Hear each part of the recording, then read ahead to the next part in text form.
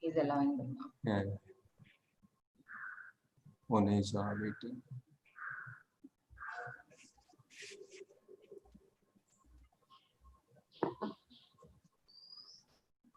Monish, can you share screen now? Play those slides. Yeah.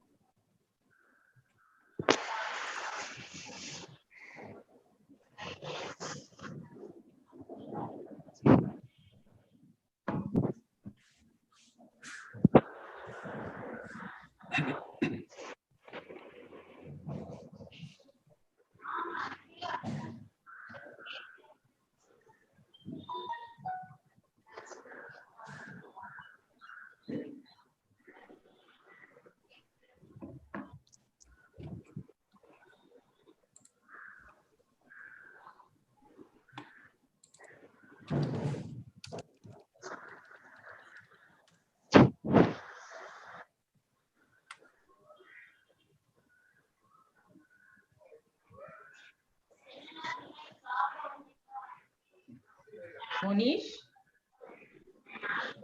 Yeah, ma'am. How many do we have now? 136. Okay, we'll wait for 5 more minutes. Okay, ma'am. Lina, you can tell me when to start. Yes, I will. Yeah.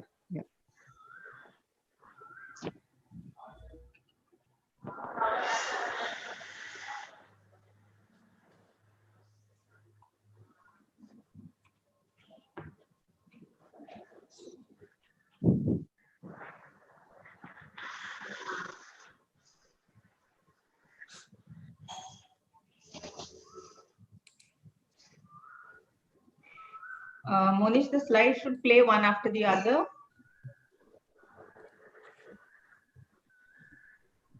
Shall I change now? Yeah, keep changing.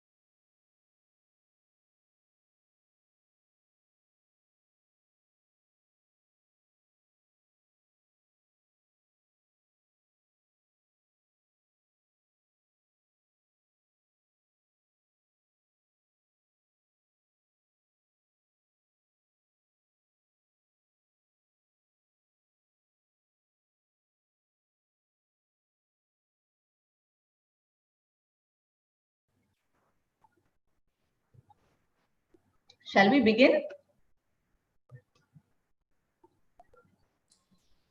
Hello, Nita? can we begin? Yeah, can I start? Yeah. Joseph, shall we begin? Yeah, fine. I'm ready. Yeah. Yeah.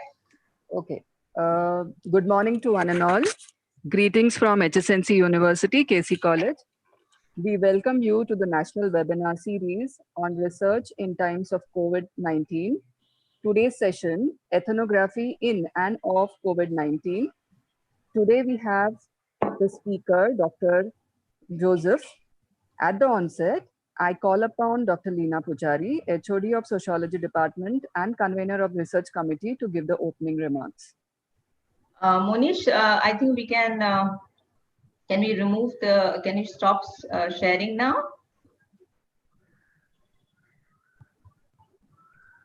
Okay.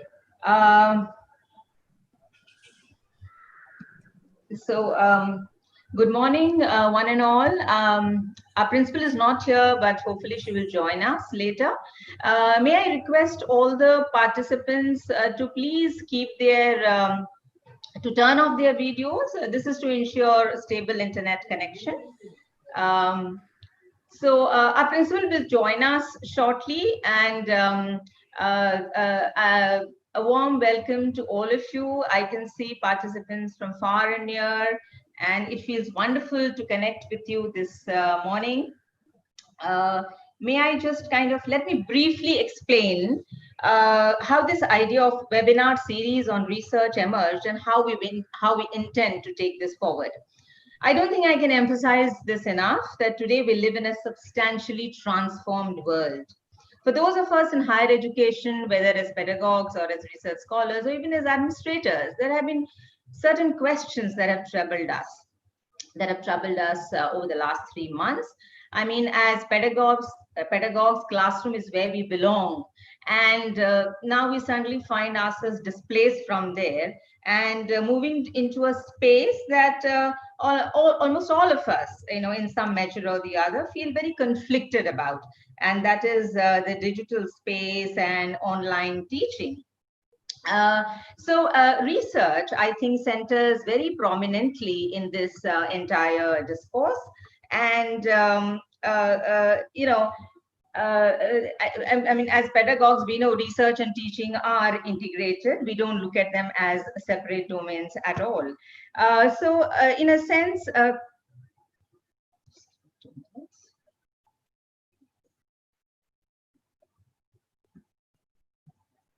okay.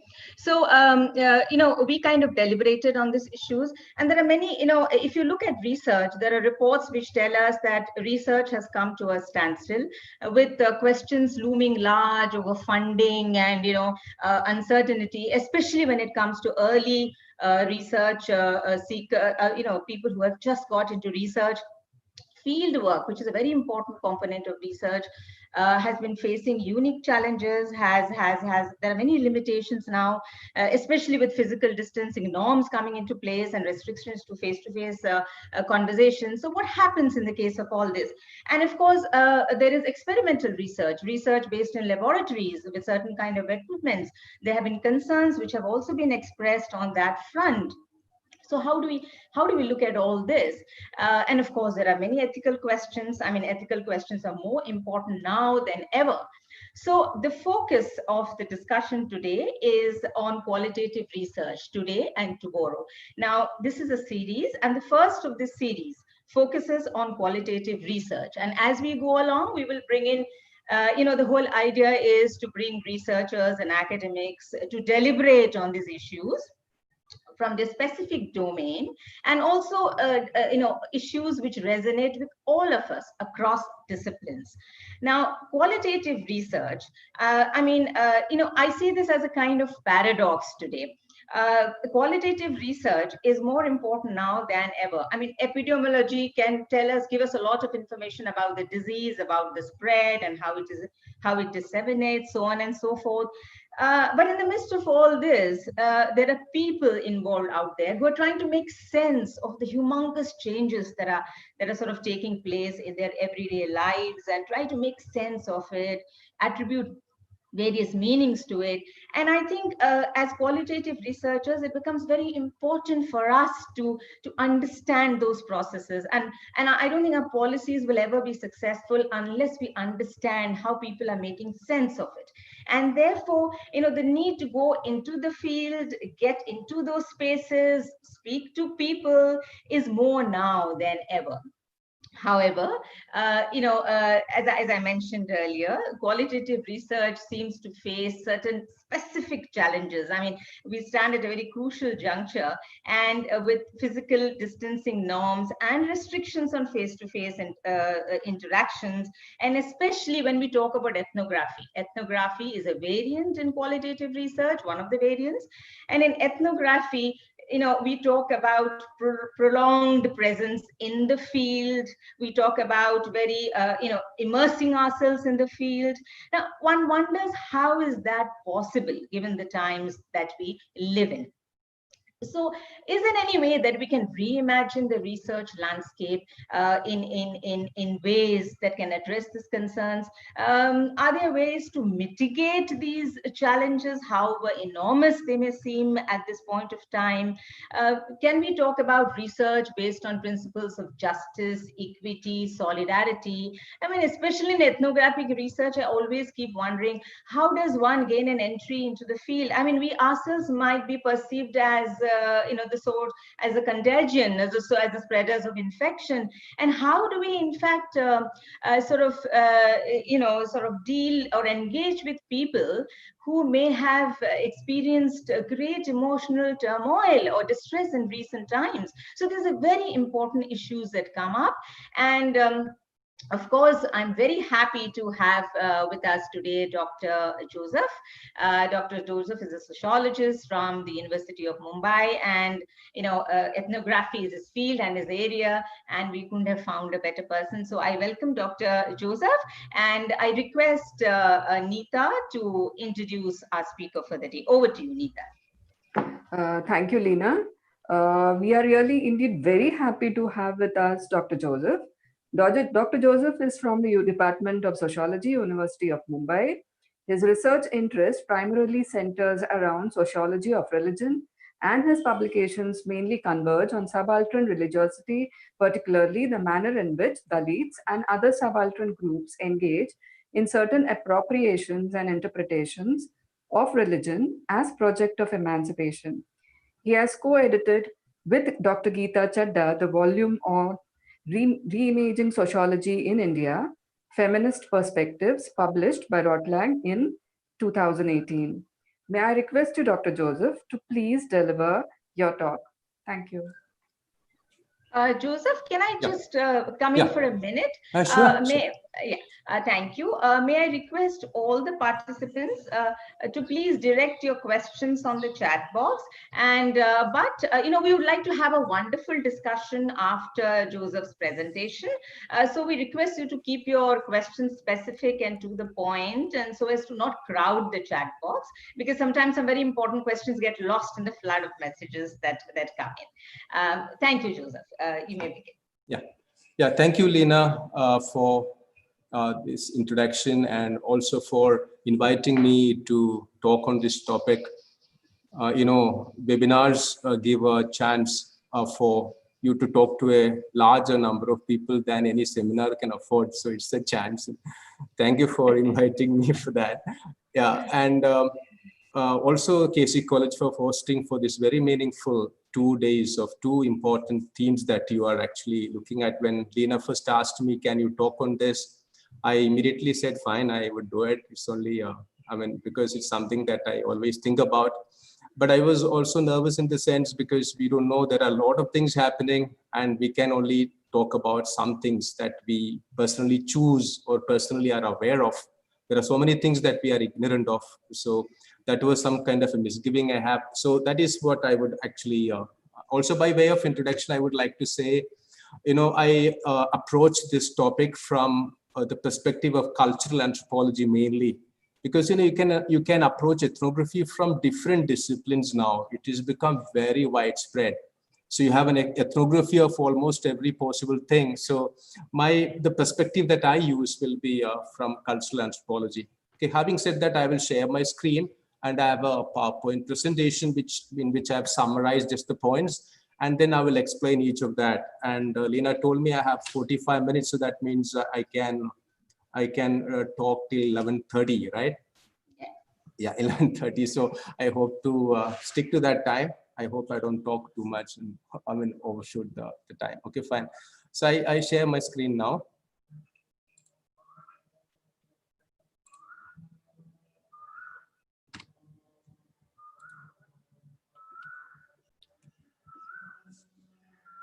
Is the screen is visible, right, Lena? Hello. Yes, Joseph, Yeah, it's visible. Yeah, fine. So we start with the topic ethnography in and of COVID-19. I go back and forth in and of thing, and so that's why I put it that way.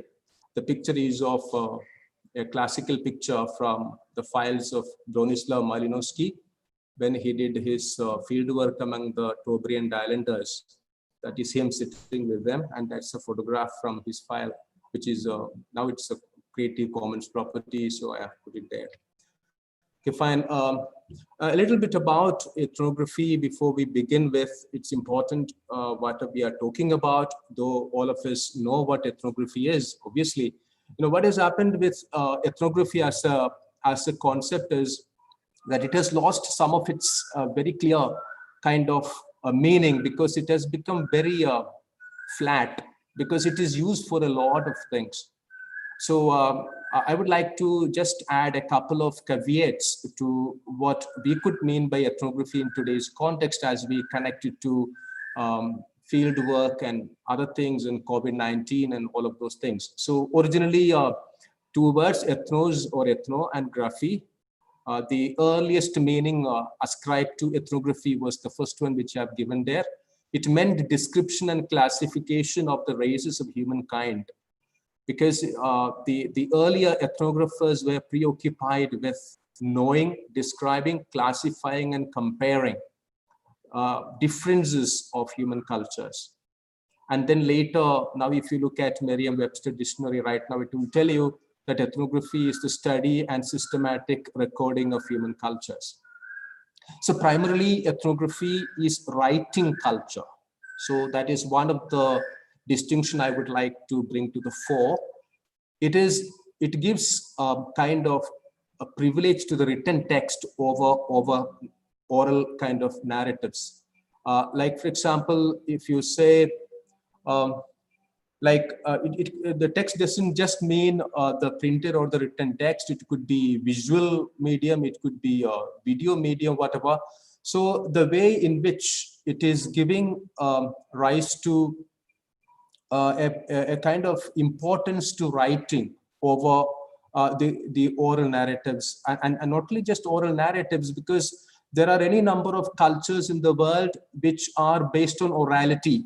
They are the culture is basically giving primacy to speech as it is spoken, as it is iterated, as it is delivered, as it is understood. So cultures which give primacy to oralities and cultures which give primacy to writing. So ethnography traditionally from its very beginning have had this tilt towards writing. It privileged written text over oral narratives.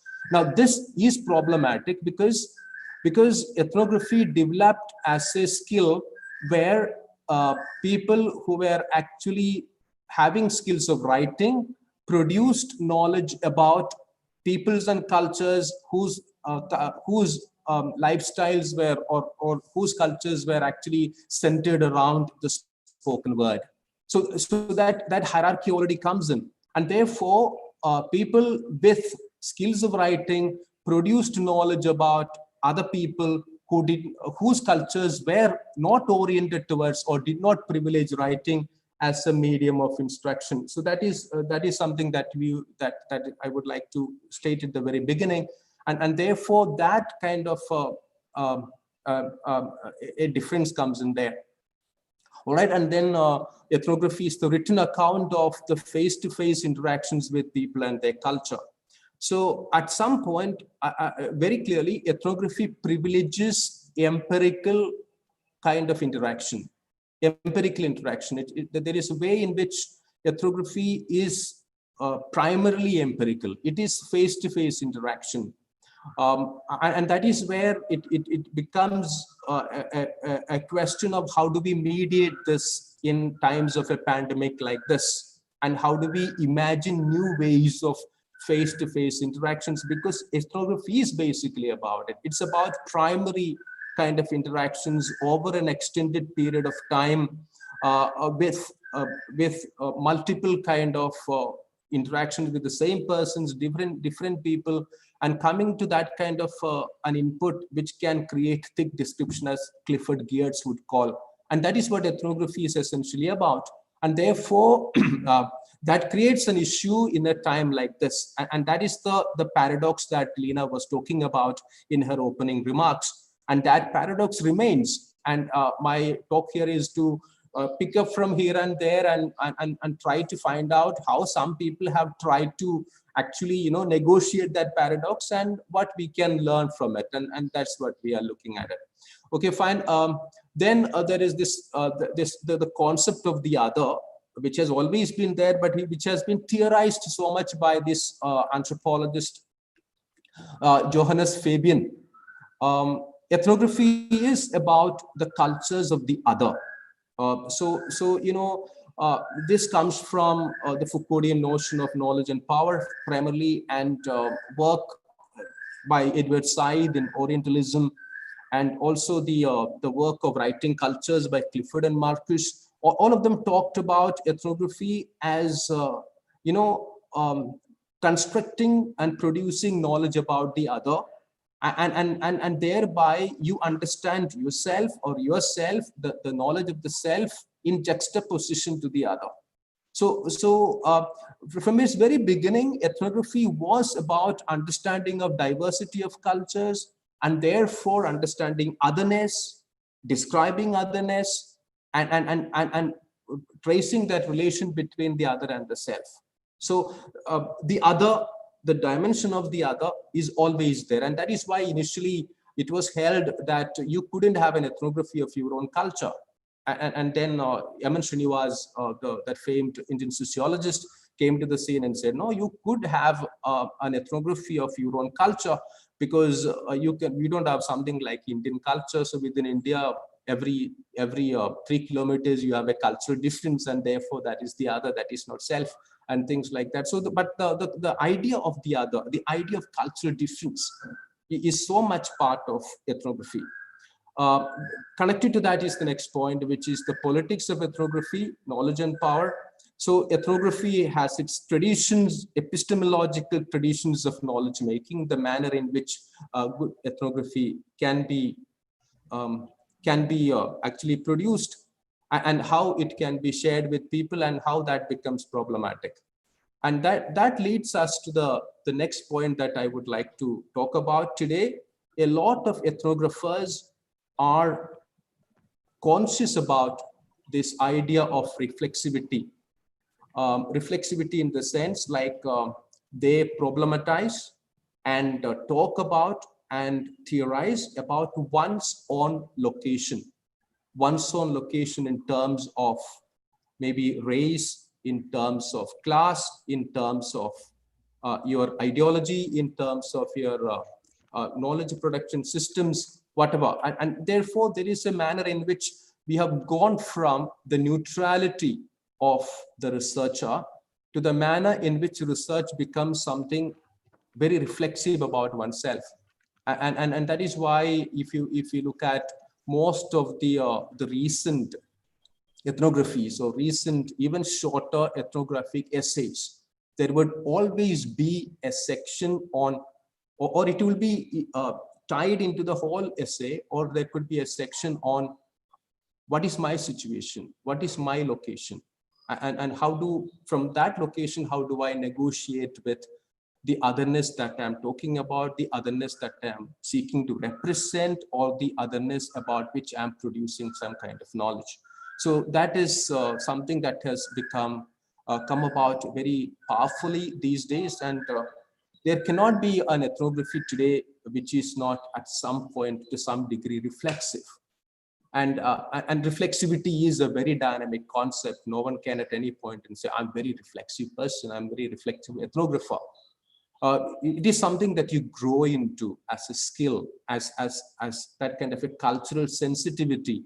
And reflexivity has come about from the critiques raised by ethnographers, philosophers, and anthropologists about the very nature of knowledge production in the past, which reproduced racist, which reproduced other cultural prejudices, and reflexivity is the effort to go beyond it, to be honest about, to be open about oneself, the manner in which you would like to have conversations with the other and other cultures.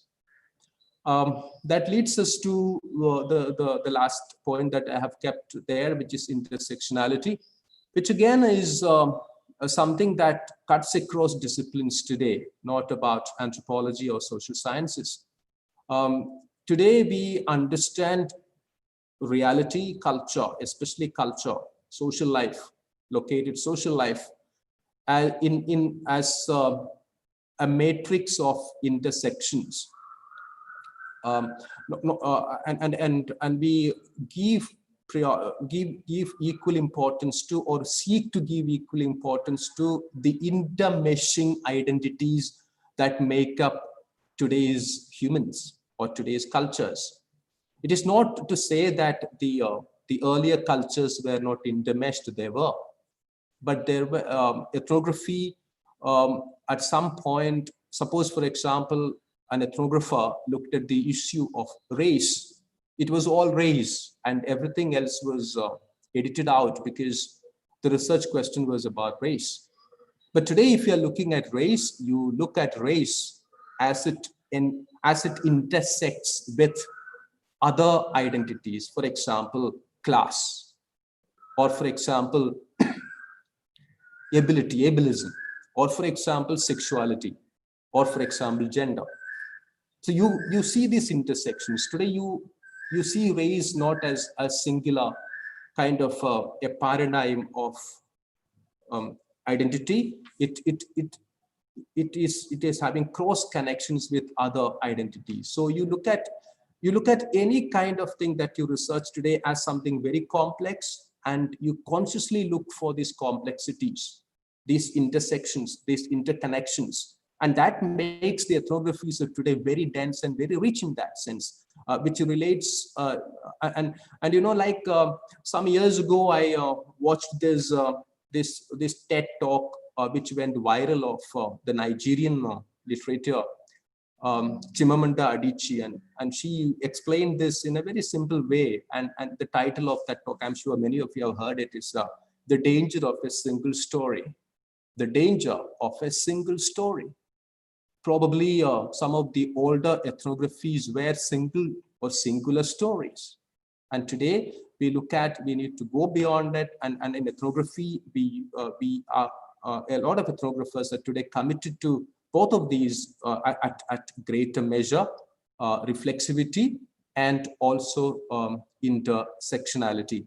So these are some of the, there could be more ideas, but I thought these are very important to understand ethnography as it stands today, as it is practiced today, and as it is explained today by many scholars in cultural anthropology.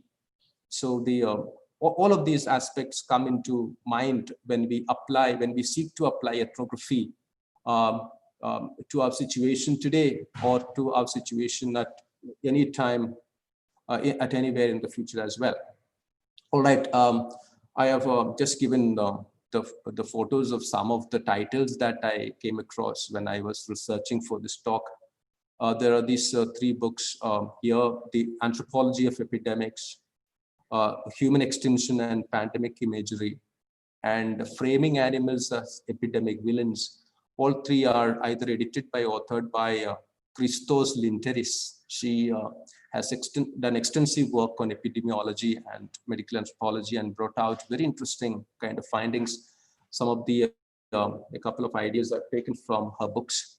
And then there is this book, Pandemic Perhaps, the Dramatics Events in a Public Culture of Danger, which talks about the imagery of pandemic, which is there in literature, which is there in artistic productions, which is there in human imagination, which is there in religious language as well, and how it ties up with the intersection between artistic representations of the doomsday pandemic and its connection to what we today look at in medical terms or in natural sciences terms, how this is so interconnected, and which in some ways, and then the plague and the city, other work. There are many other works. I just chose a few because I've taken ideas from some of these. So I just wanted to put those titles on board so that you could also search for, and those of you who are interested in reading more could read some of these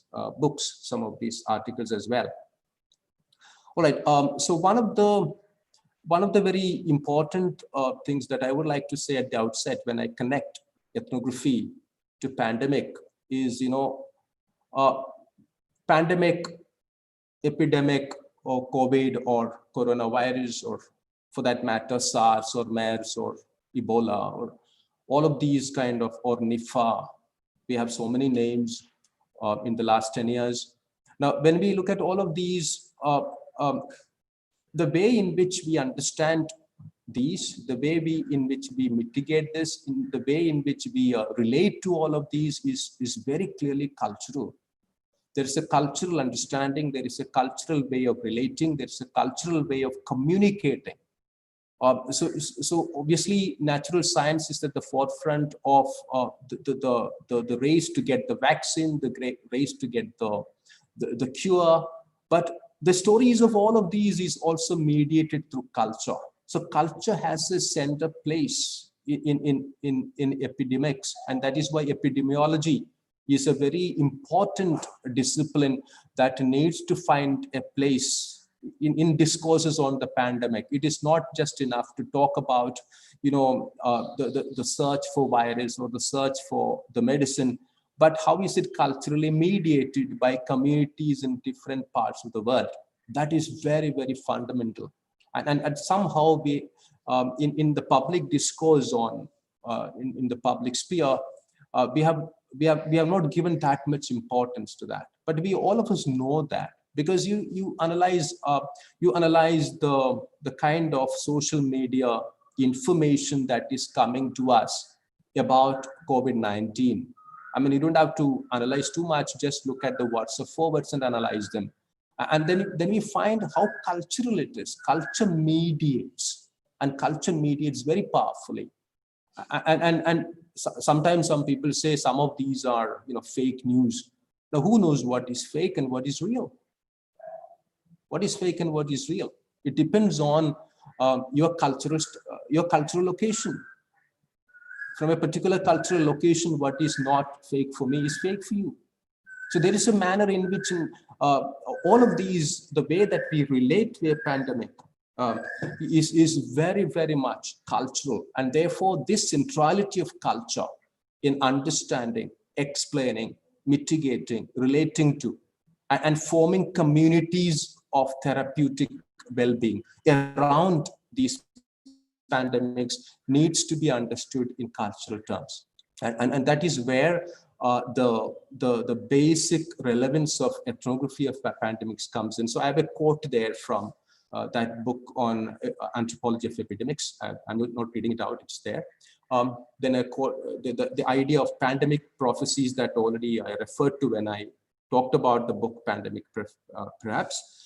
Then I go to the third point there, which again I've taken from Anthropology of Epidemics, edited by Christos Lentis and others.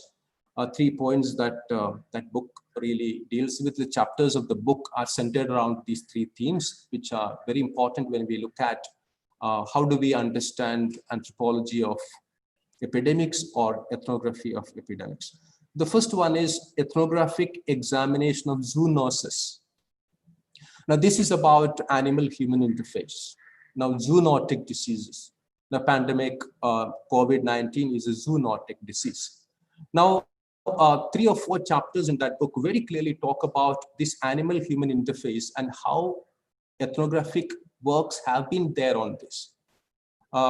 with regard to, I mean, when we think about zoonosis now, the image that comes to our mind is like, I saw a photograph of, these civets in cages, at least 10, 40 civets in a cage in a wet market in China.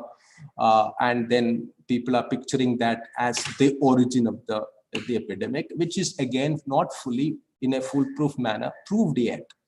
But then civet, like then when I looked at the figure of civet, I was reminded of Mary Douglas's work on purity and danger,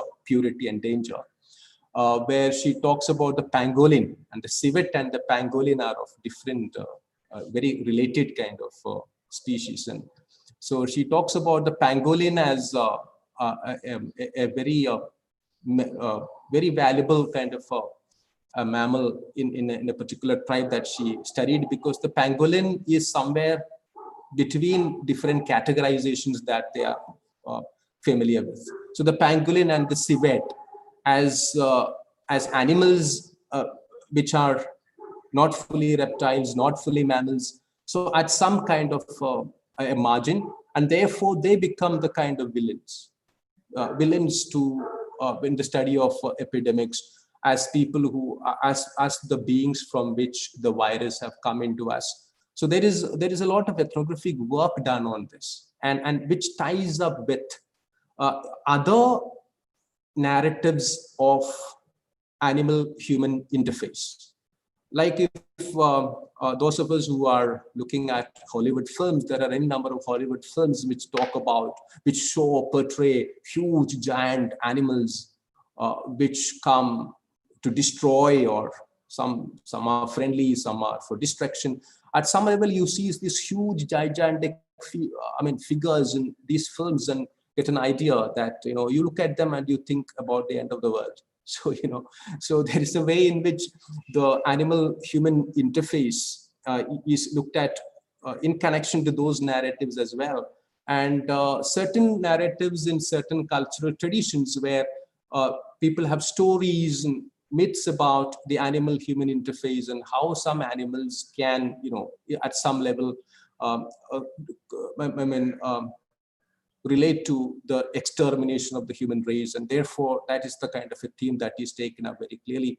So the animal-human interface is one area of one theme that ethnographers have studied in terms of pandemics, because obviously medical science is telling us that the virus is coming from there. So that is where it makes sense.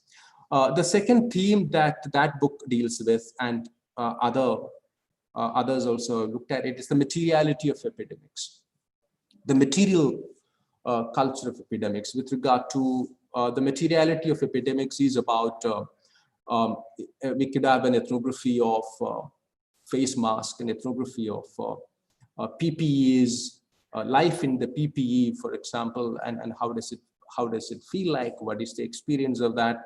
The materiality is also about the sociality, new forms of sociality that is developed by epidemics. Like, for example, this particular interaction that we are having is something very novel to each of us. I'm sure for many of us, it is something what is new always fascinates. There is some sense of fascination, but after some time, you know that this has its own limitations, it has its own advantages. So it's a new form of sociality which is mediated through the media and the internet and other things. And so there are a lot of ethnographies which have been there in the earlier epidemics with regard to SARS or with regard to other, and even with regard to about the Spanish flu and the bubonic plague in Mumbai and the Black Deaths of the 14th century. Documents are available. Ethnographers have examined those documents and come out with ideas about the materiality of the epidemics. And that is very interesting kind of material is out there, which has been already studies have been done, and something that some of us could take out as well. Then the interventions for mitigation. There are ethnographies done about interventions for mitigation from very critical and diverse points of view. The state the kind of, like, for example, in India, the Epidemics Act was put in place by the British when the plague hit Bombay then and Mumbai now. And that is the act which is still in force. And that is the act that our government today has taken recourse to. And therefore, there are interventions for mitigation which are coming from different locations, the state, the voluntary organizations, the manner in which the local communities organize themselves for certain acts of mitigation, all of that. So interventions for mitigation. So these are three major themes in which ethnographies have been generated on the manner in which culture and epidemics actually intersect, the zoonosis, the materiality, and the interventions by the state and other agencies. I go to the next slide. Now, ethnography of COVID-19, very specifically coming to COVID-19, a couple of points that I would like to make. I read this, a very short essay by Ritupurna Padgari, a student in JNU, who wrote in Androdendum. I talk about Androdendum as a blog of students of anthropology later. She talked about changes in cuisine triggered by disruption in supply chains. Now, she's talking about what happened in Guwahati when the lockdown started. Now, she says that Assamese are meat eaters generally, and most of the Assamese are meat eaters. And when the lockdown started, there was this association made between the virus and non-vegetarian food, which took shape in people's minds, and so many narratives were generated. And how the supply chains of meat got affected by these narratives. And after some time, when people began to say that, then Indian Council of Medical Research came out with this statement that non-vegetarian food is fine, fine with COVID-19, and there is nothing to be worried about. But already the narratives had affected the supply chains. And then what happens to people and their cuisine, and cuisines change, people invent new cuisines. Like, for example, in Twitter, there was this kind of a thing that people used to do in the initial stages of the lockdown. They would try out new cuisines and photograph them, and and then put them on Twitter for everyone to see, a kind of a kind of ways in which people were. So it is triggering certain changes in cuisine, and cuisine which is so much part of culture. I was a very interesting kind of an essay by that student of anthropology in Androdendum. Altered ways of mourning the dead. Now, this is something that has very clearly affected communities, because how we deal with death. Death is a social event, it's a cultural event, and communities have got specific ways of dealing with death, and that is altered. And we are all finding out ways of, communities are finding out ways of how to mitigate that.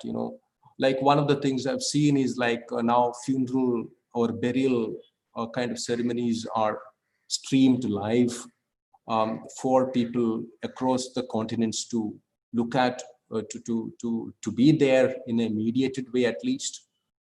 And then there is this limitation of number of people who can be there, and the protocols that they need to follow. And now it will come also, like, what has been the cause of death? Has it been COVID-19? And then a different protocol comes into the picture. So there are new ways that people would have to, in the coming months, invent and construct new cultural ways of mourning, because the old cultural ways of mourning would be something that is not relatable in these times when medical science tells you about very clear kind of guidelines. Obviously, the third one, drastic changes in social interaction. Most interactions now get mediated through the digital sphere, the internet. And so that is there, that is something, an area that ethnographers can look at. And this is a little easier because digital ethnography is a very developed field, and then you can look at, you can have any number of research questions which are about the digital world, and all that you need is you need to be active in these forums, and you need to get a sense of it. And newer innovations in social media, newer innovations in digital interaction is coming in, and these are becoming much more pointed and much more dense in the times of COVID. Changes in rituals of religion. Religious rituals are changing. Now I have a photograph there. I don't know whether it is acted out or whether it is real. This photograph says this is baptism in times of COVID. Now you see that child. Baptism, in Christian ritual of baptism, is where you pour water on the head of the child, or you dip the child in water, or whatever. Now you see how there is a kind of an improvisation of this ritual. I mean, if it is not acted out, if it is true, there is this pastor who is, baptizing this child, doing that ritual of baptism by shooting a water onto maybe her face or maybe her forehead. Okay, so rituals are changing. Religious rituals take on new meanings because there are ways in which we need to modify the way we celebrate our rituals. We observe our rituals in very different ways. And this is going to have very clear implications for cultural change, transmission of culture and transformation of culture. Things are going to change with regard to this, because one of the ways in which one of the performances, the performance of culture is through ritual. And going by the ideas of Clifford Geertz, rituals have multiple meanings, and actors of rituals give meaning to those rituals. And when rituals change, meanings would change. And when meanings would change, cultures would have that kind of a change as well. So that is something, that's an idea. The area of ritual is something that people could look at. Then examining the contradictions involved in the approach to healthcare professionals and caregivers. That is already a couple of essays have already come in this in India and elsewhere as well. Like on the one hand, we notionally celebrate the healthcare workers and caregivers. Photographs of weekly clapping for the medical professionals once every week in UK, which was started as a movement. In Italy, in Spain, and then in India a couple of times under the prompting of our Prime Minister. So we had a lot of ways in which, in a notional sense, medical professionals and caregivers are notionally celebrated.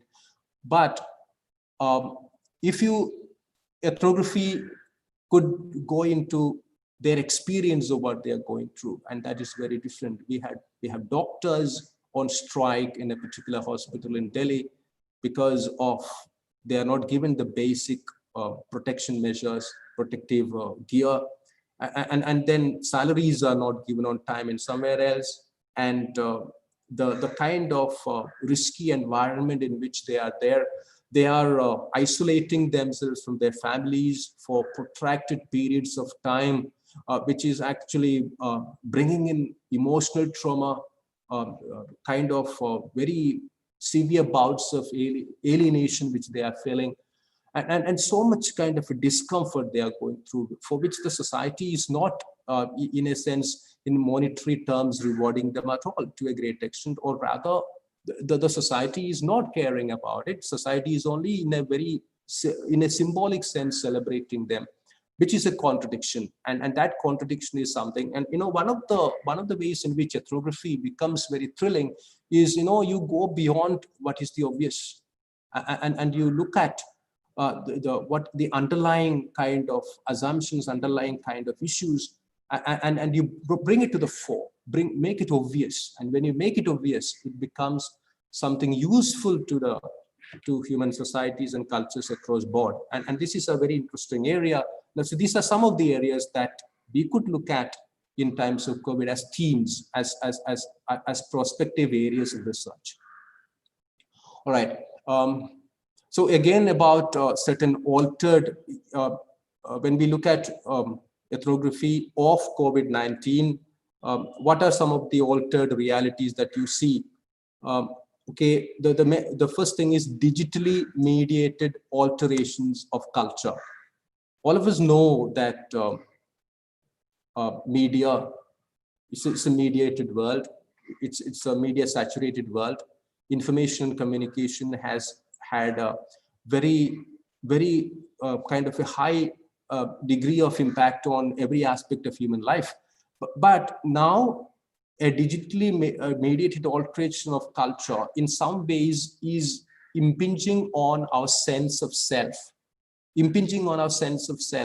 our, you know, the autonomy that our culture gives us, or the autonomy that we appropriate for ourselves in a cultural context, that is getting at some sense, you know, I mean, shaken by some of these practices, temperature checks, immunity passports. So like, you know, it's like, I mean, passport was a document, like in Europe, they used to talk about undocumented people who don't have documents. Now today, I could be someone who don't have an immunity passport. I'm non-immune, so I cannot travel, I cannot move. And until I become immune and I get an immunity passport, I cannot do things that I would like to do, or I cannot do things that my profession requires me to do. And then what happens to me as a person? And then comes the issue of surveillance of tracking apps. Now, one of the ways in which governments across the world are tracking the spread of the disease, and the manner in which they would like to use technology to prevent the spread is through apps. But then you can track people only if you have got a high level of surveillance, and then this surveillance generates big data, and then the data algorithm falls into place. And what happens to that? And this is very scary because it is beyond our imagination, beyond our control. And therefore, I as a self in COVID times, as a human person, what am I going through when I have, for example, this app in my cell phone? Like, for example, most of us who, if we order food through, you know, in the gig economy, if you order food through the apps, nowadays, they would tell you that the person who brings the food has the app, and this is his temperature or her temperature at this point in time.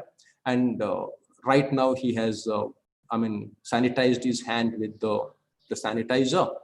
And see all these details about hygiene about a person, and which at some point of level we thought was very personal. It is no more personal.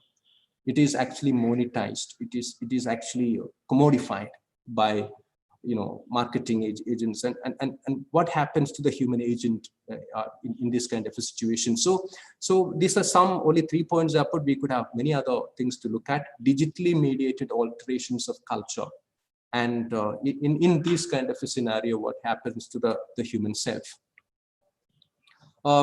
Another interesting kind of area that ethnographers could look at is interventions of the state. See, ethnography of the state is a very developed field. You have people like, you know, Akhil Gupta, you have Aradhana Sharma, done work on it a lot, and you have James Scott before that, seeing like the state. You have Beena Das, Indian anthropologist, Deborah Poole, a lot of others who have actually looked at ethnographies of the state, because the state is a very interesting agency to study, and more so in times of COVID-19, because you know, at some level the state is the decision maker, or the absence of the state creates other issues, and therefore the state comes into the picture very, very powerfully. And therefore, what does the state do? And that is where one argument that I would like to take from Slavoj Zizek's book, Pandemic, an image of which I have put there. He talks about disaster communism. He's saying that this particular disaster has somehow brought the message across board to nations and states of the need for more welfare, investment in welfare. Like even if we just analyze, do a discourse or narrative analysis of news and opinion pieces that are coming in Indian newspapers these days, especially in terms of what is happening in Mumbai and Delhi, they are pointing to how the privatized healthcare sector is a problem, and how the situation would have been different if the healthcare in Mumbai and Delhi particularly was more public, what was more state oriented, was more owned by the state. So at some level, different countries and nations and states of the world are at some level forced by this pandemic to be more welfare oriented. And then Zizek says that this could be a kind of a change that is going to happen to mercantile capitalism, to neoliberal economics, probably in the future, where welfare becomes something that is absolutely essential for the existence of the human beings. So that is a kind of an idea that Zizek raises in this book, and that is one thing that we could look at in the way the state intervenes in this. Now, obviously, there are other problems with the state, other issues with the manner in which the state operates in this. The top-down approaches, the local approaches, and all of that is something that we can look at with regard to the state as well. Obviously, there is a lot of talk about geopolitics. Now, the question will be that what do ethnographers have to do with geopolitics? Ethnographers have a lot to do with geopolitics, not at the level where it is being talked about by heads of state or stakeholders, but how geopolitics is generating certain discourses in local communities. How geopolitics is generating fables and ideas about the way that we are somehow finding ways of making sense of this disease. Because nobody knows. I mean, the World Health Organization, which is the pan-international organization, which is supposed to give us clear guidelines, is revising their guidelines every 2 weeks and every 3 weeks, because the situation is changing. And the scientific community is in search of a vaccine, in search. So what is happening? A whole lot of narratives are coming in, and conspiracy theories, geopolitics, the idea of about biological warfare, the production of bioweapon by different allegations and counter allegations. Now, that is at the international level, but these are also consumed, and new ideas are added to these in the local level. And that is being actually talked about. And that is one very interesting area of doing an ethnography of these narratives of conspiracy theories and geopolitics. Okay, fine. Now I go to a couple of very interesting examples of ethnographic essays, like written by students of cultural anthropology, which I have taken from this website called Androdendum, which is a website for students and teachers and practitioners of ethnography to write about their work in a very formal, informal couple of manner. So I mean, just a description of that site, which you could also check up. I take a couple of examples of essays from there. First one is by a Chinese researcher, a Chinese anthropology student, Yukun Zheng, and he is quarantined in a city in China, not obviously in Hubei province, but in the Hunan province, I think. I forget the name of the place. And he theorizes on the idea of the pandemic spectator. He says that majority of the people of the world today are pandemic spectators. We are spectators because we are not on the front lines. We are inside. And so for you can have an ethnography of the pandemic spectator, the anxieties, the feeling of not working enough, or the feeling of not traveling, and the problematics associated with the breach of the homework division, and what is work, when does work end, when does leisure begin, when does leisure end, when does work begin. And he talks about himself that most of his time is spending these days on lapping up information about COVID-19 in different parts of the world. And yes, I mean, most of his time goes in that. Is that work? Is that leisure? Is he at home? Is he at work? Very interesting question. So the idea of the pandemic spectator. So then this is another interesting idea that I got from this essay, copying the homework. Now he says that this is an idea which went viral in China because when the virus struck Wuhan and the Hubei province, and the Chinese government went into overdrive to contain it and put in place a whole lot of efforts of surveillance and containment of people. And then when the virus spread to other countries, the Chinese started talking about taking a kind of a metaphor of the classroom. The Chinese started saying that, okay, we have done our assignment, our homework. Now let others copy the homework. This is the perfect way of getting out of it. And then when others did not copy the homework the way the Chinese thought they would, or they thought they wouldn't, because many of the Western European countries are very, in that sense, democratic countries compared to the kind of practices in China in that sense. And so they said, okay, they're failing because they're not copying our homework well. So a kind of, and he says that it became so viral, and so even the government spokesperson used this when he was refuting claims of China consciously and purposely spreading the virus in the rest of the world. One of the main government officials quoted this particular viral idea of copying the homework. Very interestingly, he also gives in that essay an instance from the initiator of field work in cultural anthropology, Bronislaw Malinowski's life. So Bronislaw Malinowski did his field work in the Trobriand Islanders when he was actually confined there during World War I. He couldn't get out. So 4 years he was there, he did his field work. So he talks about it in his diary. So he was confined and what happened to him, what he did. Then he and his wife came to Europe. Then he wrote down the book, the Trobriand Islanders, which became a very celebrated ethnography of Southern Pacific Islanders at that particular time in the 1920s. But there is one fact that he doesn't write in his diary, and that is he and his wife were quarantined in Europe because they contacted the Spanish flu. They couldn't get out, and that is the time he wrote. So he writes about the containment in the Southern Pacific because that is his field. So he comes home. In home also he is quarantined because he is tested positive. He survived. I mean, he and his wife survived, but he doesn't talk about it because I'm home. And that kind of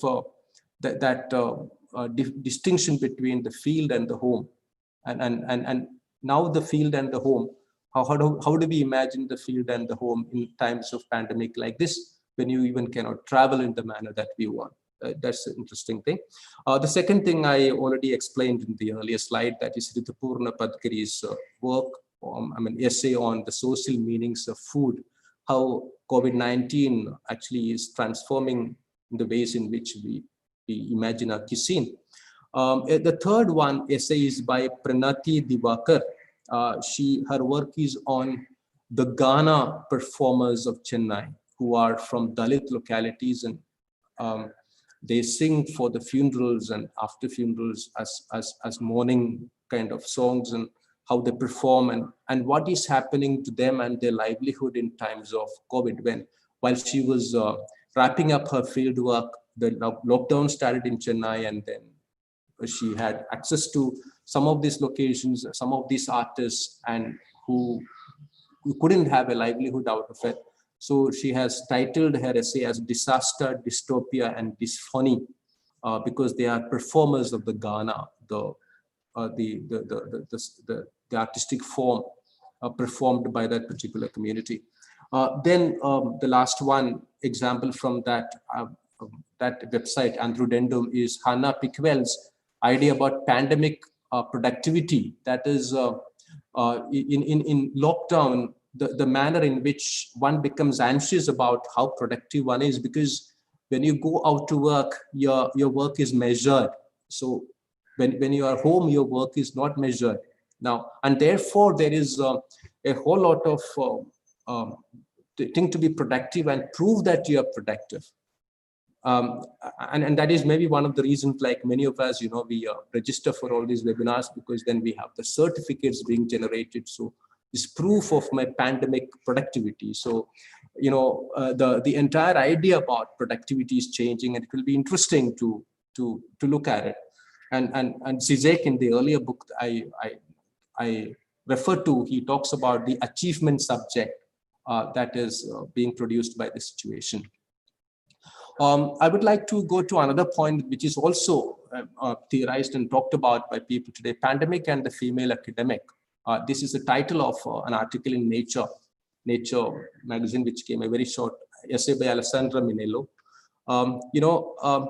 She says that I'm curious what lockdown will reveal about the maternal wall that can block faculty advancements. She quotes a joke that she got from Twitter. The next person who tweets about how productive Isaac Newton was while he was working from home gets my 3-year-old posted to them. So, and therefore she says that those with fewer care duties are aiming for the stars. Will anyone in the academic community take into account our unbalanced approach to family care and work? So that's very interesting, a very gendered kind of a question that comes in, because women who are academics, who also are, according to the gender division of labor, even and otherwise, into more time for care work and all of that, and then how can they be seen on par with others who don't have that kind of a responsibility? That's very interesting question to be asked. Also, the last point that I picked up from another essay is that if the world's research output gets skewed further against women, it will affect how the future generations understand society and culture. And this is a very big danger. Now, if more and more, I mean, this particular essay from which I've taken this quote, they are showing in graphic detail, compared with last year and this year, the research output of men and women. And there is, this year, there has been a whole lot of a shift. And then what is it going to portend for the future of research on society and culture, which is a very important thing to look at. Yeah. So these are kind of ideas and themes in pandemic times that we could look at. I gave some examples as well. Now I go to a little bit of a different type of an exercise. I looked on resources that are available for us if I want to do field work in a pandemic. In Deborah times, okay, I have to do field work. How do I do it? So there was Deborah Lupton. She's from Sydney, New South Wales University. She put out a document where a lot of people could add their ideas. So some of these ideas are there. I just put those ideas out there, and then I have something more to say on it after this. So like, for example, photo, video, voice elicitation. But for all of these, you need a familiarity with whom you are studying. You cannot ask people to record their voice and send you if they're strangers, if you don't have connection with them. Now, if you don't have the chance to go and meet them primarily and make those connections, how do you request them? But they say that, okay, photo, video, voice elicitation. Diaries, writing diaries, you could ask your interlocutors whom you are actually relating to in your field work. If you cannot go and meet them, ask them to write down what they feel, their narratives, their stories. They could take photographs of them and send it to you through your cell phone. You could use them for your work, or you could have digital diaries, apps, for example, which you share with them and all of that. Wearable camera recording, online discussion platforms, story completion method, all of that is there. But I think something that is I would like to stress more is on this autoethnography. Autoethnography is something that many of us can actually seriously take forward at this time of COVID, because what is happening to me? What is happening to me in relation to people who are under my care or people who are caring for me? What is happening to me in my primary relationships? What is happening to me as a person? My mind, my social relationship, my understanding of self. How am I coping with the changed circumstances? How am I coping with the surveillance activity of the state? How am I looking at myself as my intervention in the local communities and all of that? So auto-ethnography is something that is very a fertile field in times of COVID, because you are doing field work on yourself. You are the field, your experiences are the field, and that are accessible to you. So that is one. The next one is nethnography. That is a concept developed by Robert Kozinets in 1990s. He talks about how the manner in which you imagine a field for ethnography, where different people with different ideas and selves interact with each other. There are rituals, there are patterns, there are conversational kind of etiquette, there are ways in which people construct experience. He says that the same thing happens on the net. So why don't we look at the net as a field and then apply all the things that we will do in a physical field onto the sphere of the net, the internet. And all of those words, all of those terms that we have looked at an actual field can be applied to the net, and how that can be done is something that he talks about. Now, obviously, online forms that we use, Google Forms and all of that, I'm not going to do much about it. Now, I would like to flag certain issues with all of these. The number one is the digital divide. Now, when we look at, when we have an analysis of all those methods which were listed in that document, it all requires access to the internet, access to devices. And therefore, when we imagine ethnography in a very highly mediated manner, that is going to limit ourselves to a great detail. It is going to make us inaccessible to a whole lot of experiences and cultures which are very valuable for the diversity of ethnography, the diversity of cultures. Ethnography is about probing the diversity of cultures. And that is a real harm. And probably we human beings will find out some ways of mitigating that. And that's the same thing with the second one. How can mediated experiences substitute experiences? Because ethnography is about empirical face-to-face interaction. Mediated experiences can substitute to a great extent, but as I said, it excludes, it has got a class bias, it has got all kinds of other kind of limitations. The third point is ethnography an essential service? Like, for example, in COVID times, if you're doing an essential service, you can go out and mingle with people.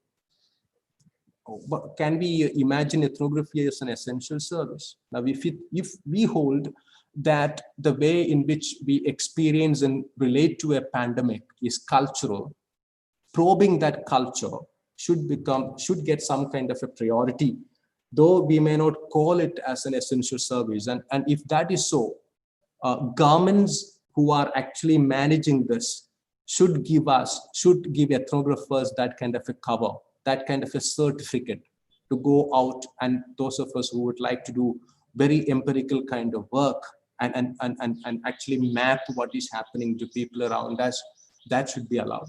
We cannot be locked up. If doctors can be there, if journalists can be out there, some ethnographers should be out there as well. So that is a kind of a thing, and for which we need institutional backing. We need the backing of our institutions who can liaise with the government and see. And then the precarities that is associated with all of that. Now, one thing about this ethnography as an essential service, what I'm talking about, like, I was fascinated by the work of journalist Barkha Dutt, who traveled so many kilometers, the length and breadth of this country, and documented people's experiences over the last 75 days without halt. Now, she could do that because she is a journalist, maybe she got the permissions. Why not an ethnographer? So that is some ways in which we need to have this kind of an institutional backing, this kind of a provision from the state, so that we don't limit ourselves to the mediated experience and say that, okay, this is all we can do. And we need to keep alive the touch with the empirical connection as well, unless of course we come out with certain very interesting and innovative practices with regard to this. Yeah, these are some of my ideas that I could get from here and there. I've compiled them and added some of my insights as well and presented it as some kind of a thing that we could think about. And I would be happy to take this discussion forward with some kind of an input from all of you. Thank you.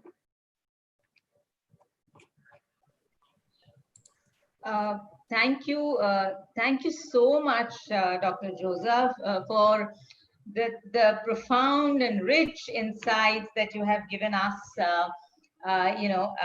into this fascinating field of ethnography, and also, drawing our attention to the immense possibilities that it holds, the possibilities of research in the wake of the pandemic. And talking about critical ethnography, and you spoke about methodological innovations, and the importance of how everything is mediated through culture. It was very interesting, and in fact, there are some questions that I can see on the chat box. We'll take them up. I myself have some questions to ask you, but before we do that, I think we have a principal with us. So it's it's an absolute privilege and pleasure to invite her to address the participants. In fact, she could not join. She was because she will tell you all. Our junior college has just begun today, and there are so many things to look into with online teaching. But I must tell you that she's an avid researcher herself. She's a nuclear chemistry. She's a nuclear scientist and a radiochemistry scientist. And welcome, Dr. Hemlata Bagla, and we are waiting to hear you. Good morning, everyone, and thank you, Dr. Leena, for such kind words and getting started this wonderful webinar on research in COVID times. Before I say anything, let me thank Dr. Joseph. It was wonderful listening to you. So I'm happy that I missed in the morning. Normally, what happens if I start in the morning, then I have to move on to other meeting. So this becomes an excuse for me to exit. But because I couldn't join in the morning, I was busy with junior college teachers, and we are starting online lecturing from tomorrow. I thought, again, there was opportunity in that crisis that I could not join in the morning, and I could be with you. I could hear, you narrating very, very lucidly the two important domains of research, that is ethnography and ethics. And these domains deeply implicate the findings of physical, biological, as well as social sciences.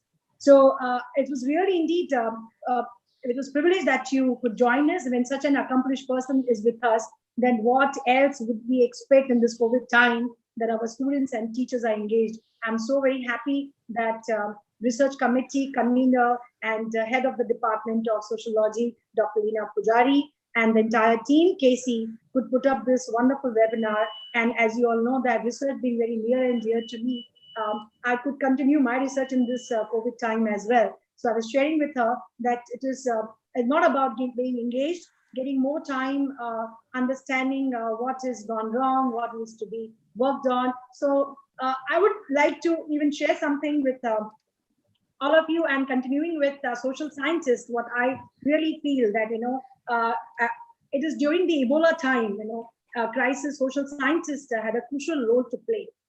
And people turn to social scientists for answers to many solutions, so many problems. So reflecting on the lessons which we learned that time, when Margaret Chan, she reflected, she was former Director General of WHO during Ebola between 2013 to 16. And she acknowledged that it was an inadequate engagement which affected communities and families, which posed a significant obstacle in development or in developing an effective response, and called for multidisciplinary approach to community engagement informed by anthropology and other social sciences. So as the crisis currently also continues, I believe that our social world has to get remade, and there is no doubt that the research agenda of social scientists will change profoundly. So it is the time for specialists like you, all the social scientists with great insight and expertise in these areas. I think they will be the one who will promote regrowth of culture, society, and economy in ways that enable future generations to flourish. And yes, this pandemic outbreak has brought before us sudden and new challenges, but continuing our respecting our insight and the information and the expertise, I think, yes, we all will be part of problem and the solution. So, and you really threw much light about how is progress or the roadmap forward, and you inspired many social scientists who are listening today and the teachers in this direction, that how they can touch upon these two important domains and aspects of research in this area, especially in the current times. So I'm very, very thankful to you for joining us this morning. My gratitude also to Dr. Leena Pujari. Every time she brings such wonderful, accomplished people to us, and she continues this quest of learning herself and even teaching all of us. Thank you, Dr. Leena and your team, for such a wonderful webinar. I know tomorrow again you have a wonderful speaker, Dr. Amar, who will be joining with Jasani, who's a researcher, teacher, and especially of bioethics and public health. So wonderful people you bring, and really KC College as an institution is thankful to leaders like Dr. Leena to take this very important aspect forward. So thank you so much, and thank you once all. I know everyone is very delighted to hear a talk by Dr. Joseph. Thank you, Dr. Joseph, once again. And be there tomorrow also. I would also like to join because it was a great learning experience today also. Thank you. Thank you. Thank you. Thank you, ma'am, for those kind words. And we are able to put all this together because of the kind of support and encouragement that we always, get from you. So thanks for that. And Joseph, can we begin with the question-answer session? And Dr. Leena, Dr. Joseph, may I take your leave? Sure. Thank you so much. And before I take leave, I know many of the students and people will know, but this is the wonderful journey we have taken during this particular crisis and challenging time. I think KC College, along with other two colleges of City of Mumbai, HR College and BTPC College, in this COVID period, in this challenging times, could launch a new university, which is HSNC University. So we become world's first university to be launched online during this. So on one hand, colleges and universities are closing their doors, borders are being closed, and we have opened all the borders and all the doors for new students to join in. And with the people, great people like you, must join this whole, our objective goal to, or setting new goals to help these youngsters to give a right direction. And they should know if they need to do research, it's not about just mere publications, how every word we write or sentence we write has to be for benefit of the society. So I thought with this great announcement, I thought you all are part of this journey. Just a couple of days back, we have launched the university and much more responsibilities on the shoulder of so for research at KC is concerned. Thank you so much. I will exit and say bye-bye to all of you. Thank you, ma'am, for your time and attention. Thank you so much. Okay, so I can see a number of questions, Joseph. So let me take up this question first. It's a question by, in fact, both Samia and Kevna, and they say that if digital and virtual ethnography is going to be the new normal in these times, okay, how does it compare with empirical work? That's what we begin with. And ethnography is basically associated with the field, with empiricism. So how does it compare with that? Yeah, I already mentioned about my misgivings towards the end of my presentation. It just cannot substitute empirical work. As of now, what we have in the digital sphere is a mediated experience, and mediated experience is not direct experience. Okay, even when we do field work, we cannot say we directly experience, but it is a face-to-face interaction. It is much more proximate than a mediated experience. But the danger that can happen in these times is that if we normalize mediated experience for direct experience, that is going to strike at the heart of ethnography and make it very, very different. And very, in that sense, it will lose much of its value. And therefore, the way forward is not to completely shift to a mediated kind of experience, but to find ways of retrieving direct experience to a great extent. Mediated experience has a limit. It cannot be taken beyond a limit. The direct experience is at the heart of ethnography, and we need to find ways of retrieving it. So that is what I would say to that. Yeah. Okay, thank you, Joseph. Now, this is a question which is slightly, I don't know if it's directly related to this sort of what we are discussing, but nonetheless, I would like you to take it up. This is a question by Priyam, and she says, she's talking about, there has been a lot of debate about how the pandemic has actually sort of brought to the fore the existing inequities and prejudices like never before, reinforced them in ugly ways, and the caste and class dynamics and all of that. So she says, her question is, how has this pandemic revealed the ugly face of class and caste dynamics in India, where citizens are now seen as biohazards? Yeah. So how has the state intervention made the situation better or worse in terms of addressing disaster capitalism and moving towards disaster communism? Of course, it bears a direct relation to what you did in the morning. I'm so sorry about this. I couldn't read the lower part. Yeah, that's a very interesting question, and that is something I missed out in my presentation. And I'm happy that you have pointed this out, because this is very, very fundamental to our experience of COVID-19, specifically in India, elsewhere as well. Because you see, like, you see the manner in which the state and its agencies have been very, very discriminating in the manner in which they have dealt with people of different classes. So you have the middle class, even the symbolic manner in which the speeches of our leaders are addressed to middle class with balconies, with certain kind of diyas and certain kind of lights to be switched on. That language itself is completely excluding a whole lot of our citizens. And that is why they were out on the road. And even when their plight was documented by some exceptional journalists, and then it became something embarrassing for the country, and that is when the state took notice of them. Till then, the state did not take notice of them. That is at the point of the state, number one. Number two, this entire point that you have made is so very relevant, because MSS Pandian has this old article which I read some time ago. Caste mutates into different ways, in different manners, in different situations.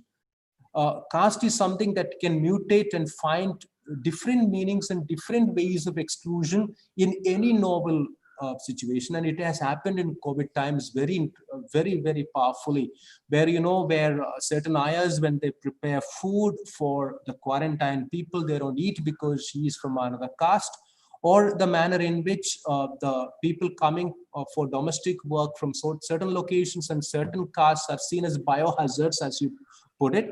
But where did the disease come from? The disease came from certain class of people, but certain other caste and class of people are seen as its carriers because of a racist, casteist kind of mindset, which mutates into very different ways to replicate the discrimination in different locations. And this is a humanitarian kind of a catastrophe, which is actually much worse than the pandemic itself. And I'm very thankful to you for bringing this aspect forward through this query. Thank you very much. Yeah. Thank you, Joseph. Yes, this was a very germane point that was made. There are a couple of questions about, one is from Yamini, and the other one I can't see at the moment. But the question is about what happens to, since now there are limitations on empirical research or field-based research, what happens to concerns about validity now? Mm-hmm. Which are, I think, the essence of qualitative research. So how do we look at that? Yeah, that's an interesting question, because then the idea of validity itself changes, because in the empirical research, how you look at the triangulations, and how you look at qualitative ways of verifying what you are looking.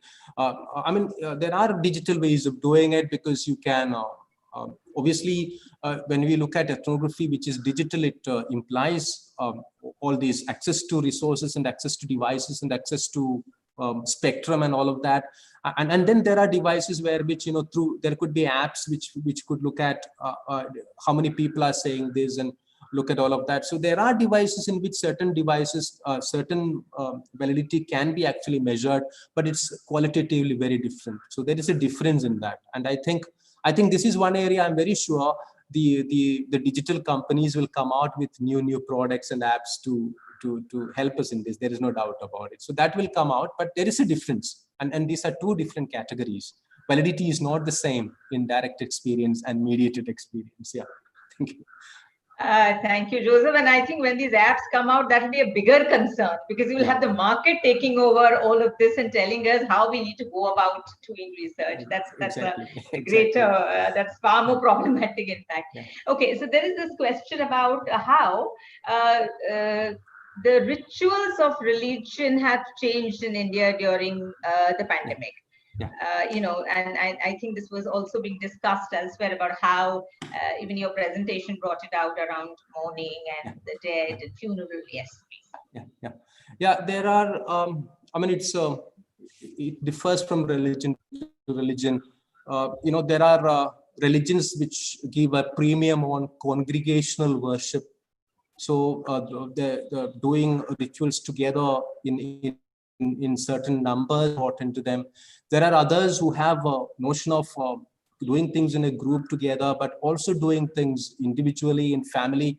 There are family-oriented rituals, there are personal rituals, there are community rituals. Now, some of these are fine, because personal rituals and family-oriented rituals to a great extent can go on, unless, of course, you have a problem, because if you depend on a ritual specialist and if that person cannot come in, then you have to substitute, and people are finding substitutes. They are another webinar that we had last week on religion in COVID times.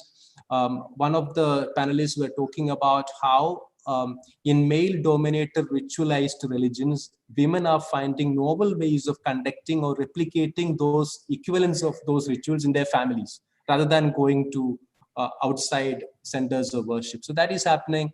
Now, like for example, many rituals are, actually we already had online pujas available in Tata Sky and all. We could actually look at online pujas and darshan and all of that. So there is a lot of mediated religious ritualism as well, which is happening, and which many people have taken to as a substitute for the real thing, because temples are closed, gurudwaras are closed, churches are closed, mosques are closed, and where do people go? And people have found ways of mediated type of rituals, where some of these rituals are performed and they're televised, and then there is a televised participation which is happening, which is obviously limited, but a whole lot of people are going towards it. And there is also a kind of a disquiet among ritual specialists who are custodians of these rituals, which gives them that kind of a ritual power. There is some kind of a disquiet among them. They are discussing about now what will happen 3 months are over. I mean, and when it all opens up, will people come back? I mean, how do we like the other day, like Uma Chakravarti talks about thekedars of religion, and these thekedars are actually getting a little anxious about this whole thing. What will happen once the whole thing is over, and people must have got, now comfortable with this mediated kind of rituals, or the kind of replication of rituals that they themselves have found in their families. Now, what is going to happen? So this is a very interesting field which we could talk about more. I can only talk about from my limited experience. Yeah.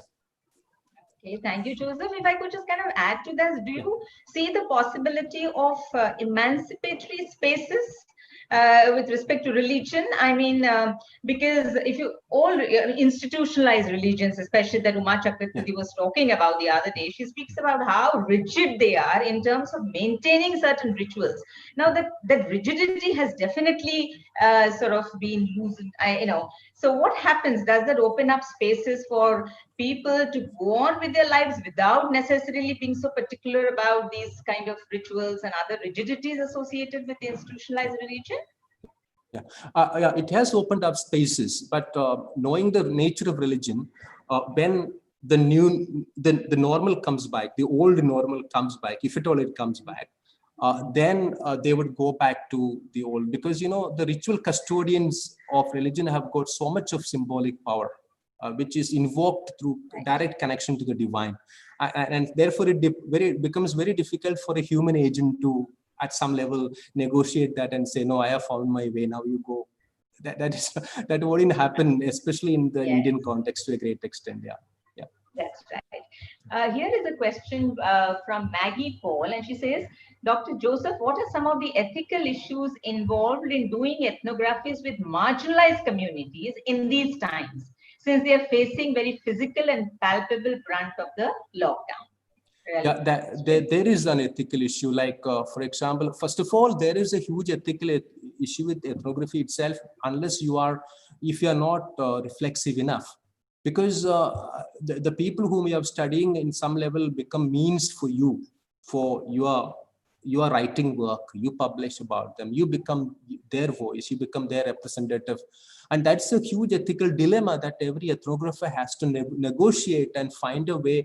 And that is why, you know, people have come out with ideas about co-ethnography, group ethnography, and where the people whom we are studying become part of you, equal with you.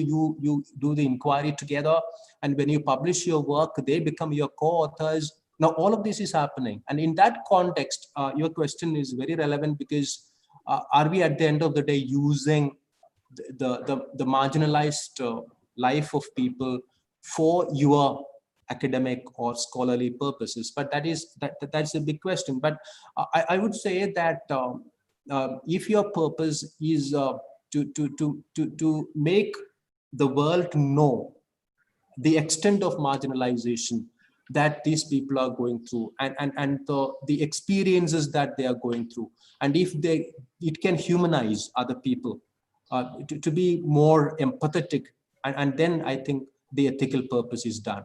And if that is not the purpose, but if the purpose is just for you, that they are just a means for you, then it is there is nothing ethical about it. So at the end of the day, ethnography is a humanistic project. And if that is in place, if that focus is in place, and then you are also reflexive about the entire process of politics of knowledge production, then I would say the ethical part is to a great extent taken care of. Yeah. Thank you, Dr. Joseph. And in fact, can we bring in Barkha Dutt here and her of course, she was a journalist and she was reporting. In fact, I follow her on Insta, and it was very impressive to see her that she was on the road for like almost 75 to 80 days, and covering and bringing stories from the margin like no other reporter. But then there were also issues about, her a little invasive kind of reporting, and the fact that you can move about in the car on the roads and people are walking on the roads, and she herself speaks about this. So I think there are these dilemmas, and there are these contradictions that play out. But as you rightly said, if that can help bring in more empathy for these people, then I think you have others, you feel that you're kind of using them for certain kinds of things. Now, there are a couple of questions about auto-ethnography and telephone interviews, and how effective they are in current times. So this question says, auto-ethnography's diaries bring along a risk of personal bias, subjective locations, or standpoints. How do we avoid that? This is from Kevna. I agree. I completely agree with that. There could be bias. There could be your subjective bias could come into it in auto-ethnography. But the thing is, like, post the intervention of writing culture, that book in Anthropology, the people look at the entire question of being neutral or to all of these little differently. Like, George Marcus had this article in which he called ethnographies as partial truths. That's an article he published some years ago. Partial truth. So in that sense, you don't make that kind of a truth claim, a validity claim. So to that extent, it wouldn't be a problematic. But I agree. But there would be ways, and see, there are established ethnographic ways of at some level mitigating the degree to which your kind of stereotypical ideas or your kind of ideologies color your perception. There are certain ways of doing it. But beyond a point, yes, it will be there, it will be subjective. But the question is, why not? What's the problem?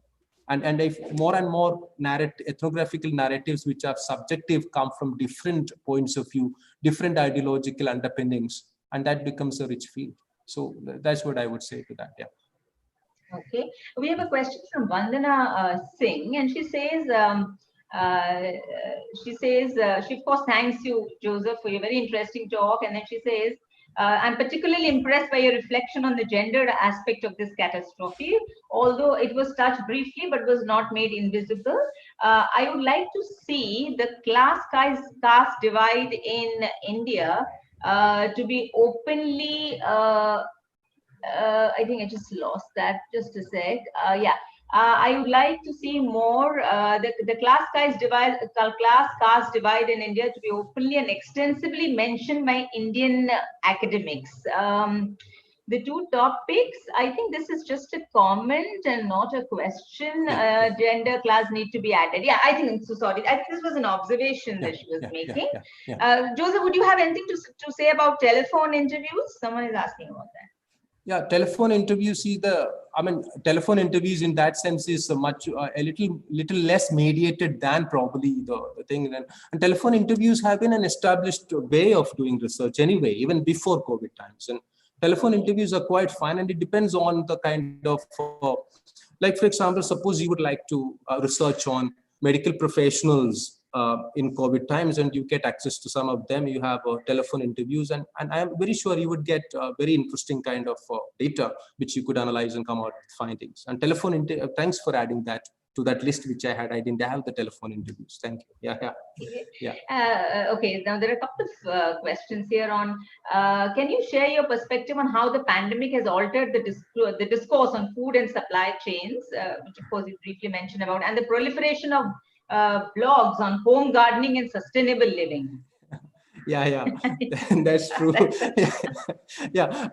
food thing, I give one example, and I'm not going into more of that. So, but there are a lot of people who have written about it, and obviously, yes, not only home gardening and sustainable living, there's a whole lot of discourse that is generated by this pandemic on, how we humans have at some level intervened in nature, and this is some way in which nature is giving it back to us.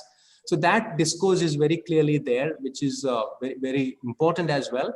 And then there are people giving photographs of roads without vehicles and blue skies and sound of the chirping of birds and all of that. And certain animals who are never found in certain roads are found. I hope they are not photoshopped. But all of these things have come, and I think that's a very interesting line of thinking, which also I would like to add it right now. I have not added it as part of this presentation, and that is one way in which a lot of people are making sense of what is happening, and as a pointer towards a corrective towards the manner in which we humans have dealt with nature. Yeah.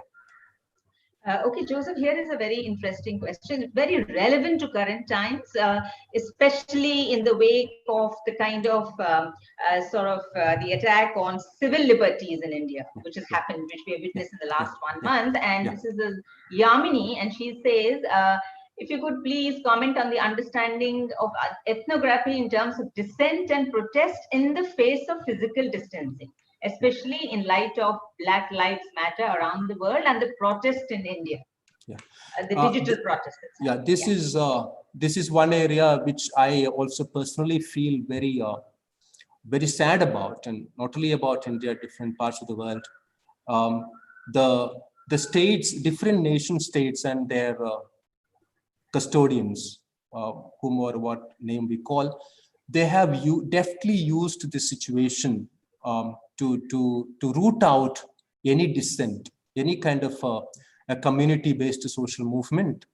And then they have gone further to activate their intelligence agencies to identify local civil activists who have been catalysts in spearheading certain agitations, certain movements, and everyone who has been significantly influencing certain social movements have been picked up, for example, in India. And then the opposition to that is muted or made muted by some kind of the use of the provisions of the Epidemics Act, which is very, very disconcerting. And there is no doubt about it. And I agree with you very clearly on that. Yes. And this is happening in other countries as well. Absolutely. And indeed, it's a matter of grave concern for all of us. Joseph Sharvari has a question here, and she asks if this sort of whole emphasis on digital ethnography will lead to a kind of, will it background the concerns, will it background research concerns or the research on marginalized communities? Yeah, it can happen, because I talked about the class divide that can happen with regard to, but I think if we are conscious of this pitfall, there will be ways in which we will be able to mitigate it. And that's the only way I can try to address it. Otherwise, that divide will be there. So there would be a way in which the concerns and life worlds of people who are on the other side of the digital divide can get invisible and get normalized. So that can happen, and that danger is there. Yeah. Okay. There are a couple of questions about mental health in times of COVID-19. Would you like to comment on that? I'm not, obviously I agree with that, and we need someone with that specialization to talk more about it. Actually, I agree with that, and okay, very valid. Yeah. Correct. Karen asked this question. Karen Miranda: do we see more of an ethic and emic approach? More of an ethic or more of an emic approach? Yeah, it depends now. Each one will have to say, like, emic is a claim that I make, if you agree to that, right? So yeah, it is. It could be more. See, if I take mediatized experience as emic, as standing for emic, then it is emic. Or somebody else would say, no, that is ethic. So it's see, what I'm saying is that in the times of COVID, all of these definitions and explanations that we had for most of these terms are changing. So we need to changing, and it has not come to any kind of a new fixed kind of meaning. So meanings have become more fluid, and that fluidity is what we need to look at. So how will it get settled? We don't know. Nobody knows. It's out there. Yeah. Okay, Joseph, I think I have covered everything. I'm just kind of going through this once again, just to make sure that we haven't left out any question, because with this kind of, this is a forum where we don't see people, and that's a disadvantage. So we really want to make sure that people are participating through the chat box. And I must tell you that your lecture has been appreciated and described as very insightful. Of course, I couldn't agree more with that. There's Kanchana was asking this question. I think I'd missed this. She says, ethnography helps to know a woman's experience during pandemic, especially on gender perspective, through the oral testimony. So this is the question, I think. Yes. Yeah, definitely, and that's a very interesting idea, because oral testimonies is something that you can generate through your friend circle, people with whom you are. I mean, this is a new experience for many of us, and each of us deal with it differently. And the more conversations that we have on it, especially in a very gendered sense, we'll be able to come out with very interesting insights. I agree with that, and that's an area that more research has to go and more publication has to go into that. I agree with that completely. Yes. Okay. All right. And there's a question. I don't know how relevant this is, but can economic development and higher education reduce the problem? I really don't know. Yeah, wouldn't be able to say, because it depends. It can be either way. Yeah. Okay. I think I have covered everything, and I'm really sorry if I'm not able to see something, and probably my co-host can tell me and help me if in case I'm missing out on some, because we had some very interesting questions. So Any one of the co-hosts can just come in and tell me if you've seen some question that we have missed. But in the meanwhile, Joseph, I have a couple of questions for you. Sure, we have sure. about 15 minutes time or so. Yeah, yeah. So you spoke about different kinds of ethnographies that we can do. You spoke about, that was quite fascinating, in fact, about PPE and masks and about being in the hospital. I was also thinking about this. Could we have an ethnography of the home? You know how today, with most of us, now today there has been a collapse of this public and private divide. And we know, and this was something which I wanted to bring in my opening remarks, but I missed this, that, you know, there has been an increase in unpaid care work at home, which has fallen primarily on women, and how, in fact, that has curtailed their research time, something that you spoke about also. And women are now finding it difficult to write and publish because they say teaching is something that we need to first prioritize and research can happen later. So can we have those kind of studies, ethnography of homes? Yeah, I agree with you. I mean, it ties up with what I was talking about autoethnography, but we need to visualize them as ethnography of the domestic sphere, and how the older, I mean, one of the things that in analysis of gender, we have always looked at the public private as two spheres, you know, how that has become fluid. There is no more the public. Yeah, the home has become the public in a sense. But at the same time, the care work in the home has become more and more emotionally straining. And because you don't have it could be balanced by a certain kind of an outside work or outside kind of a leisure is different. Where is the leisure? Okay. Yes, absolutely. What you do in home leisure, I don't know. so all of these, I mean, that's a very interesting, very fertile area of research actually, to problematize these and come out. And this is also something accessible, like we could do it with our own colleagues, our own students, and people who are familiar with us. I mean, everyone is going through this in the similar way. They would be able to open up and talk about it. It's a very, very interesting field of research. I agree with you. The ethnography of the home. Okay. Or ethnography of the blurred home or what? Okay. Yes, the lines are so blurred now. Yes, and in fact, you know, you spoke about that intersection lens, which is so important. I mean, we have to look at all of this through that intersection lens. Actually, otherwise, you know, we lose sight of some very important aspects here. And of course, social location is something that you brought out very well, and I think that is extremely important. And pandemic spectator, that was really fascinating.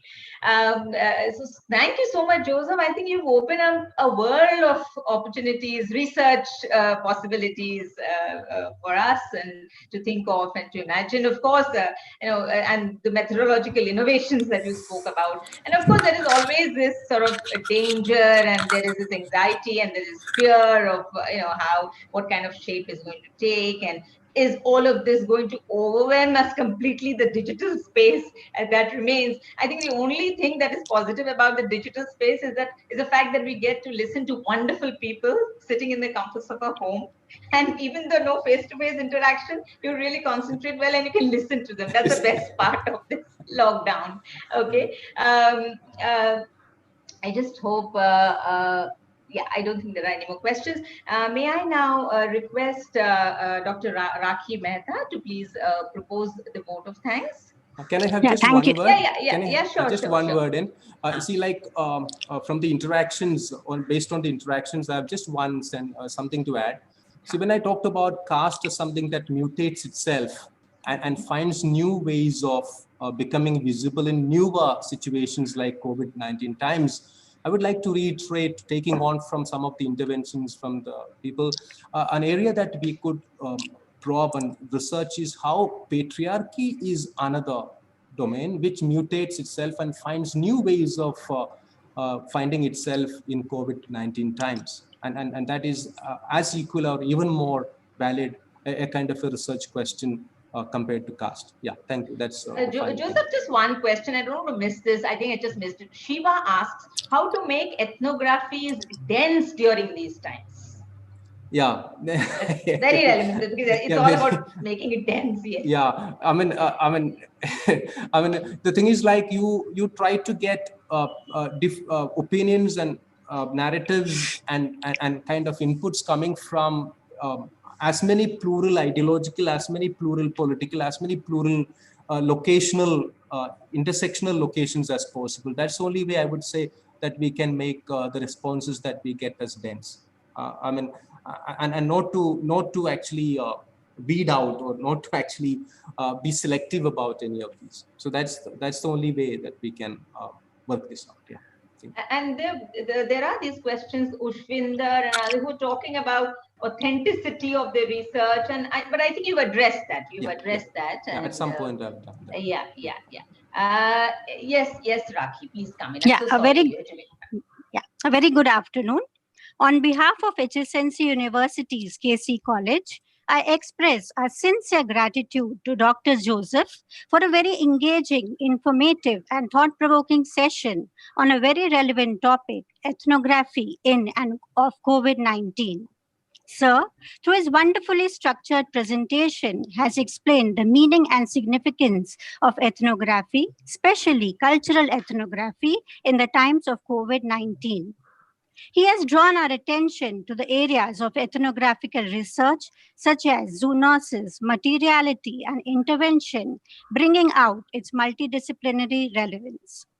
He has given us a plethora of ideas for conducting research in these unusual times, such as changes in social interaction, impact of pandemic on female academic, my favorite pick, to name a few.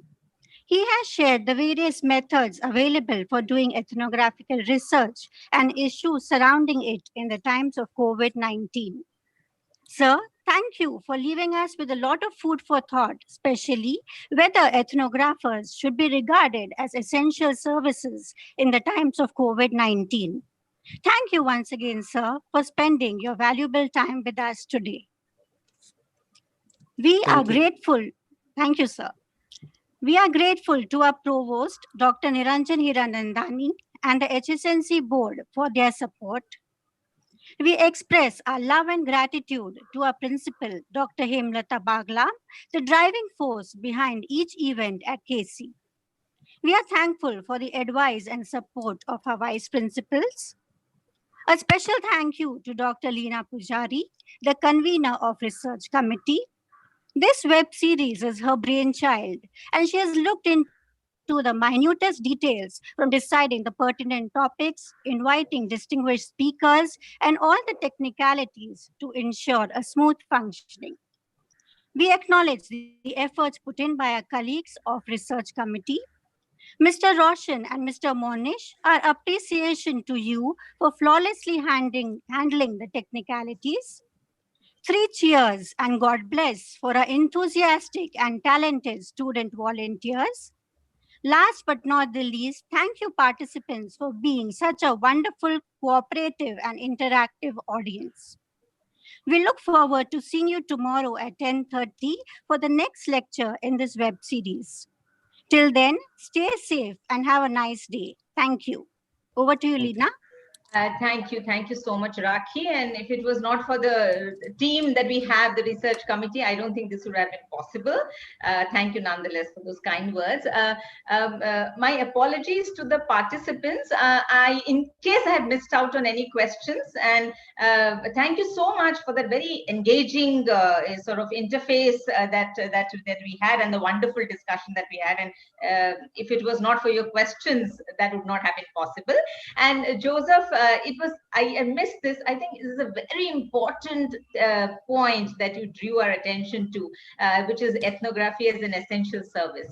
I mean, any day, I think I will prefer that to doing the other kinds of possibilities that come up. Okay, the feedback forms, Rakhi, Monish, are we posting the feedback forms on the chat, or we'll send them to their registered email address? I'm just putting the feedback form. Okay. It will also, it will also go to the email address, right? Yeah. Leena, the feedback form has been posted in the group. Okay. Thank you, Pratibha. The feedback form has been posted. Wonderful. So do they take some time to fill it up now? Yeah, if they can, it would be good. Okay. All right. So we wait for 5 minutes. But I can leave now, right? Yes, Joseph. Thank you so much. And Thanks, do join everyone. us tomorrow if possible, Joseph. Yeah, sometime I'll come. I'll come in the beginning. Yes. Yeah, thank you. Thanks. Thank you. Thanks a Bye. lot. Thanks. Thank you. Bye.